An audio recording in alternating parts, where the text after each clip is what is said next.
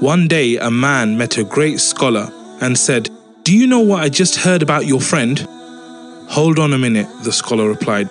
"Before you talk to me about my friend, it might be a good idea to take a moment and filter what you're going to say.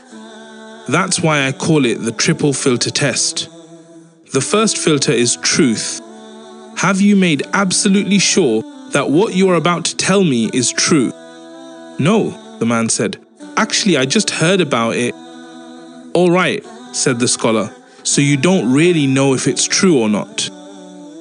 Now let's try the second filter, which is the filter of goodness. Is what you're about to tell me about my friend something good? "No, on the contrary," replied the man. "So," the scholar continued, "you want to tell me something bad about him, but you're not certain it's true. You may still pass the test though, because there's one filter left, the filter of usefulness. Is what you want to tell me about my friend going to be useful to me?" "No, not really," replied the man. "Well," concluded the scholar, "if what you want to tell me is neither true, nor good, nor even useful, why tell it to me at all?"